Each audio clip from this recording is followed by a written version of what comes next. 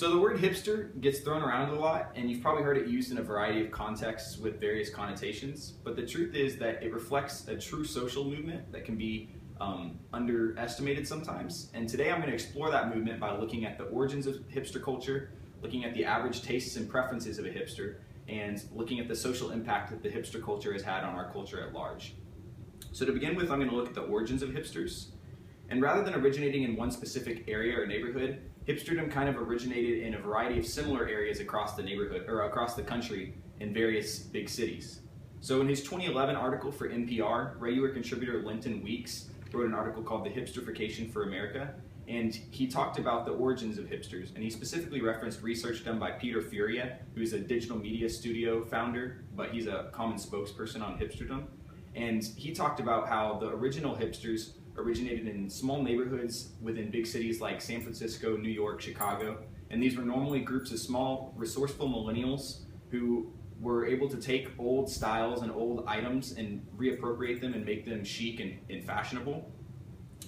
And they all shared an affinity for things of the past, retro styles, and just general countercultural ideologies.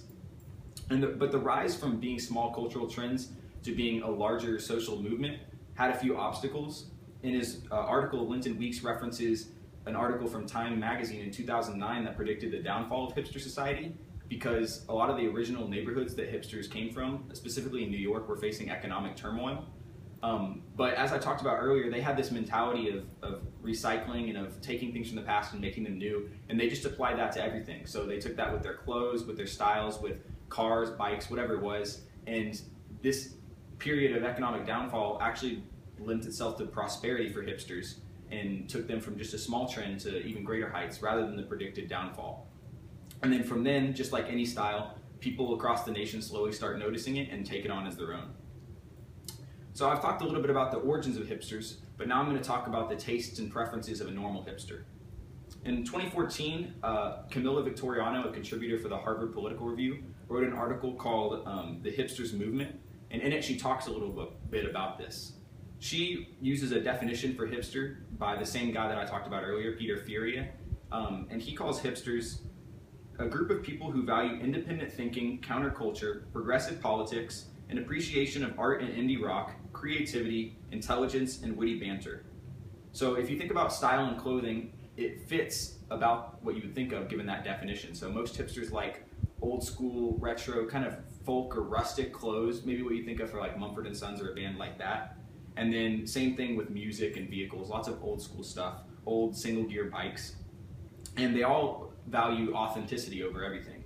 So they would much prefer a thrift shop rather than like a chain store because they like that worn-in feel. In her article, Victoriano actually references certain stores like Urban Outfitters and American Apparel who are trying to capitalize on this hipster style.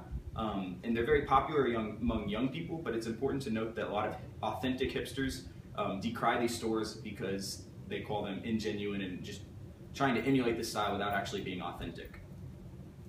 And then besides fashion and music, most hipsters also share generally the same political leanings. So most hipsters tend to lean to the left, but over everything, hipsters prefer social rights activism more than any particular political party, and that's largely done via technology. They advocate a lot for social and financial equality. So I've discussed a little bit about the tastes and preferences of hipsters, and now I'm going to talk a little bit about the social impact that they're having on our culture at large. So as with any countercultural movement that becomes part of the larger culture, the hipster movement has had a noticeable impact on our society. A lot of the hipsters, as I've said, are younger and tech savvy, so they've been able to utilize that knowledge and understanding of technology to promote their social rights and just all their messages on a national scale, which has led to an interesting thing where a lot of people not initially associated with hipsters have taken on some of these ideologies. Linton Weeks in his NPR article that I mentioned earlier addresses kind of the weird irony of hipsters' ideology being adopted by the mainstream because hipsters themselves hate the mainstream.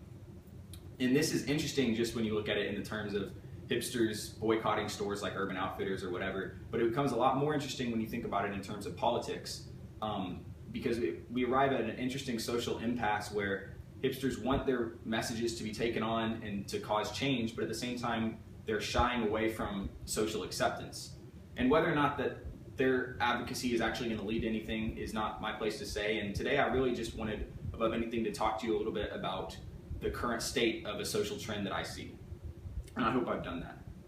So today I've discussed the origins of hipster culture. I've talked about the tastes and ideologies of the normal hipster, and I talked about the social impact that they've had, are having, and could potentially have in the future. Now, hipster culture is still evolving in our country, and I don't know everything there is to know about it, but I hope that I've at least shed some light on what I think is a legitimate social movement. Thank you. Wow.